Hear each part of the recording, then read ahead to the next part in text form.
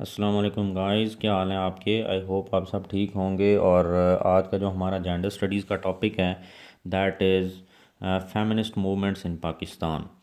पाकिस्तान के अंदर भी डिफरेंट टाइम्स के अंदर ऐसे काम हुए जिनसे वुमेन के राइट जो थे वो प्रोटेक्ट किए गए।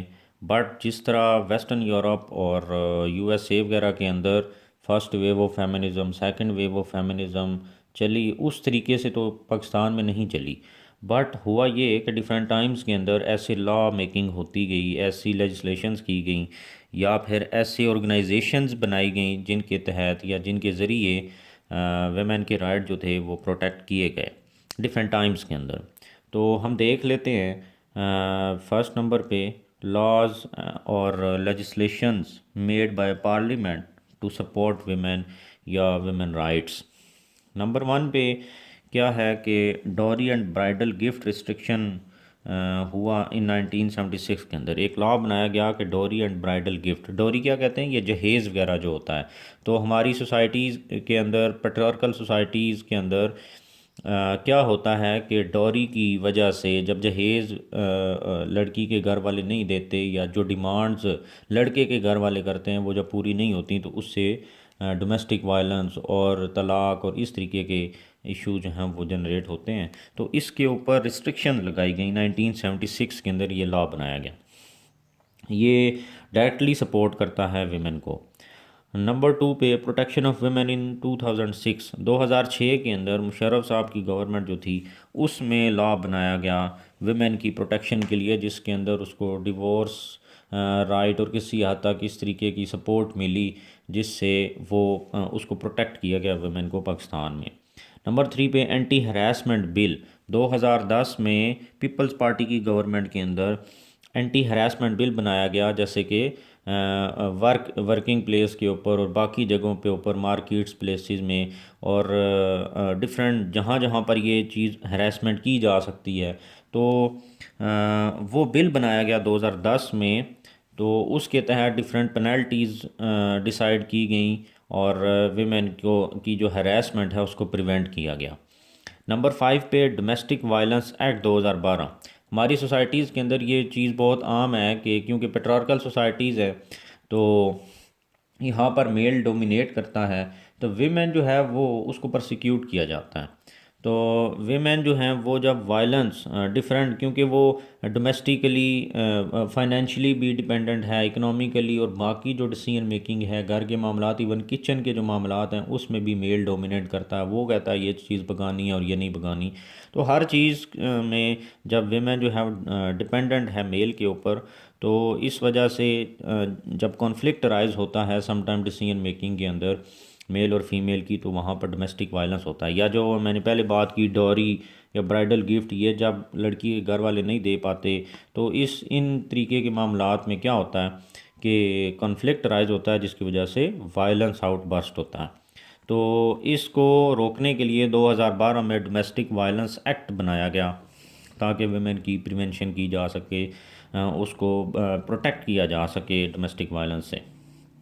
नंबर सिक्स पे enforcement of women ownership right act 2012।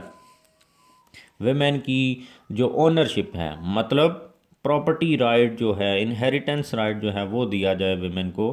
वैसे तो हमारी स्टेट जो है वो इस्लामिक रिपब्लिक ऑफ पाकिस्तान है और रिलीजन जो है हमारा वो भी वुमेन को डायरेक्टली कैटेगोरिकली ये राइट देता है प्रॉपर्टी ओन करने का और उसको इनहेरिटेंस में राइट देता है।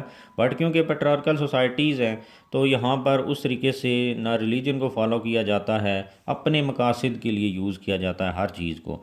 सही इंटरप्रिटेशन ऑफ लॉ भी नहीं की जाती और रिलीजन भी नहीं किया जाता। तो इस वजह से फिर 2012 के अंदर वीमेन ओनरशिप राइट जो है वो उसको इन्फोर्स किया गया।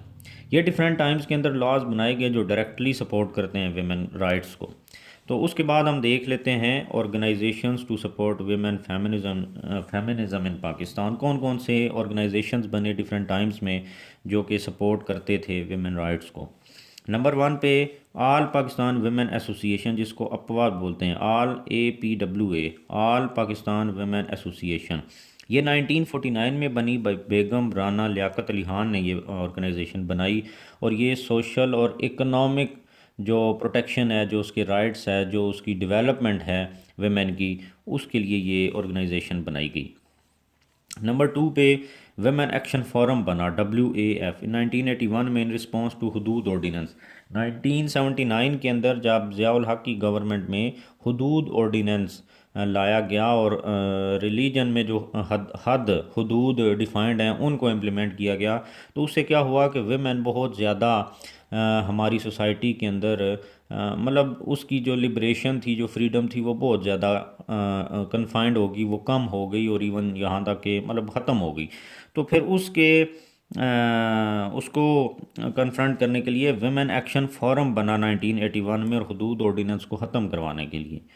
फिर तीसरे नंबर पे औरत फाउंडेशन इन 1986 में औरत फाउंडेशन बना, और इसका क्या काम है कि it advocates women rights and good governance. Good governance तो है ही है, और फिर गुड गवर्नेंस किस पर्सपेक्टिव से, कि किस तरीके से वेमेन के राइट्स जो हैं वो प्रोटेक्ट हो रहे हैं गवर्नेंस के ज़रिए।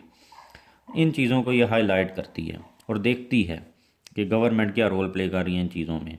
नंबर 4 पे human rights commission of Pakistan, HRCP 1987 में बना, और ये ह्यूमन राइट्स को प्रोटेक्ट करने के लिए और उसको एग्जामिन करता है कि किस किस तरीके से पाकिस्तान के अंदर ह्यूमन राइट्स जो हैं वो प्रोटेक्ट किए जा रहे हैं। ये कमीशन है बाकायदा तौर पर, और ह्यूमन राइट्स के अंदर ज़ाहिर है वेमेन राइट्स भी आते हैं, मैन राइट्स भी, और तमाम जितनी भी माइनॉरिटीज़ और जितनी किस्म की भी कम्युनिटीज़ हैं पाकिस्तान के अंदर, उन सब के राइट्स को प्रोटेक्ट करने में इसका रोल है। नंबर 5 पे AGHS, Asma Jahangir legal aid cell, 1980s के अंदर बना, और इसका क्या काम है कि क्योंकि हमारी पेट्रियार्कल सोसाइटीज़ हैं, वीमेन परसिक्यूशन फेस करती है, इसके अगेंस्ट जो है वो एट्रॉसिटीज़ ये फेस करती है। तो क्या है कि आसमा जहांगीर ने 1980 के अंदर ये ऑर्गेनाइजेशन बनाई, जिसके तहत विमेन, चिल्ड्रन एंड माइनॉरिटीज़ जो हैं इनको फ्री लीगल एड, क्योंकि वो एक लॉयर थी, तो उन्होंने ये ऑर्गेनाइजेशन बनाई कि इनको सपोर्ट देने के लिए, कि क्योंकि हमारे पाकिस्तान के अंदर ये जो लीगल काम है ये बहुत, एक तो टाइम टेकिंग है, दूसरा एक्सपेंसिव है, लॉयर्स की फ़ीस बहुत ज़्यादा है, और इस तरीके से तो इन्होंने वेमेन को लीगल सपोर्ट, फ्री एड देने के लिए ये ऑर्गेनाइजेशन बनाया। उसके बाद है national commission on the status of women in 2000 के अंदर national commission on the status of women बनाया गया, और इसका क्या रोल है, it examines the policies, programmes and measures taken by state for women development and gender equality, कि state किस किस तरीके के साथ क्या पॉलिसीज़ बनाती है, क्या प्रोग्राम्स और क्या मेजर्स ले रही है जेंडर इक्वालिटी को प्रमोट करने के लिए, पैट्रियार्की को ख़त्म करने के लिए, कि मेल और फीमेल को इक्वालिटी के लिए, उसको इक्वालिटी प्रमोट करने के लिए और उनकी वीमेन की डेवलपमेंट के लिए। हमने अभी रिसेंटली देखा कि करंट गवर्नमेंट जो है इसने KP के अंदर जो ट्रांसजेंडर्स हैं उनके बाकायदा तौर पर ID कार्ड्स बनवाए, और फिर उनको डिफरेंट जगहों पर जॉब कोटास दिए। तो ये एक बहुत बड़ा स्टेप है जेंडर इक्वलिटी के लिए। तो उसके अंदर national commission on the status of women in 2000 जो बना, इसका बड़ा रोल है। फिर 7 पे women in struggle for empowerment, इसको बोलते हैं वाइस। ये MCQs के लिए भी आपने याद रखनी है कि जिस तरह डिफरेंट कंट्रीज़ के अंदर फेमिनिस्ट ऑर्गेनाइजेशन बनी, तो पाकिस्तान के अंदर जो फेमिनिस्ट ऑर्गेनाइजेशन है that is women in struggle for empowerment, WISC vice. तो ये एक फेमिनिस्ट ऑर्गेनाइजेशन है पाकिस्तान के अंदर। जिस तरह के औरत मार्च होता है 8 मार्च को, तो इसके अंदर जो ज़्यादा इंपॉर्टेंट रोल होता है वो इसका होता है, जो लोग इससे रेलिवेंट हैं वो उसमें रोल प्ले करते हैं। नंबर 3 पे फेमस कंट्रीब्यूशंस, कौन कौन से लोग हैं जिन्होंने कंट्रीब्यूट किया इसमें, वो बेगम राना लियाकत अली खान, हमने देखा APWA एफवा बनी 1949 के अंदर। आरा शाह नवाज़ और शाइस्ता इकरामुल्ला, ये 2 वेमेन हैं जो पहले बनी पार्लियामेंट की मेंबर्स। सबसे पहली जो 2 मेंबर्स थी वो ये थी। तो चार्टर ऑफ वुमेन राइट्स 1956 के अंदर इन्होंने पेश किया असम्बली के अंदर। 1956 में वुमेन राइट्स का जो चार्टर था वो इन्होंने वहाँ पर प्रेजेंट किया नेशनल असम्बली में। फिर उसके बाद जो दो पोइट्स थी हमारी जिन्होंने वेमेन राइट्स के ऊपर लिखा वो थी अदा जाफरी और परवीन शाकिर। ये दो पोइट्स थी, इनका इम्पोर्टेंट रोल है हमारे पाकिस्तान की जो हम जेंडर स्टडीज़ को जिस पर्सपेक्टिव से पढ़ते हैं। तो इसके अलावा शर्मीन उबैद चिनॉय है, ये एक केस स्टडी भी है जेंडर स्टडीज़ के अंदर, जिस तरह के दो हैं मलाला की और माई की। तो ये भी है, इसने डिफरेंट फिल्मेटोग्राफी इसका प्रोफेशन है और इसने क्या किया कि इवन इसका एक बहुत बड़ा रोल है एसिड लॉ बनवाने में। पाकिस्तान के अंदर एसिड लॉ मौजूद नहीं था, इन्होंने एक वीडियो बनाई जिसके अंदर पाकिस्तान के अंदर वो तमाम चीज़ें हाईलाइट की जिनके ज़रिए एसिड जो है वो वायलेंस फेस करती हैं, वेमेन के मुंह पे एसिड फेंक दिया जाता है। तो वो जब वीडियोस बनाई और फिर पाकिस्तान के अंदर ये चीज़ बहुत ज़्यादा हाईलाइट हुई तो फिर एसिड लॉ बनाया गया इस काम के उस पे। तो इसका भी बड़ा इंपॉर्टेंट रोल है। और लास्ट में हम करंट सिचुएशन देख लेते हैं पाकिस्तान में क्या है कि 2008 के बाद जब मीडिया फ्री हुआ, मीडिया को फ्रीडम मिली और आज़ाद मीडिया आया तो उसने विमेन के राइट्स के बारे में बात करना शुरू की। उससे पहले मीडिया उतना आज़ाद नहीं था क्योंकि एक डिक्टेटर की गवर्नमेंट थी। तो अभी मीडिया फ्री है और मीडिया के ऊपर डिफरेंट चैनल्स पे फेमिनिस्ट्स आकर खुली ओपनली बात कर सकते हैं और विमेन राइट्स की प्रोटेक्शन के लिए मीडिया भी इस पे बात करता है। फिर हमारे यहाँ औरत मार्च 2018 से स्टार्ट हुआ तो उस पे गवर्नमेंट कोई रोक टोक नहीं करती बल्कि फैसिलिटेट करती है। और अभी रिसेंटली जो अभी मार्च है तो प्राइम मिनिस्टर, प्रेसिडेंट, इवन के हमारे आर्मी चीफ और हर किसी ने विमेन राइट्स के बारे में बात की।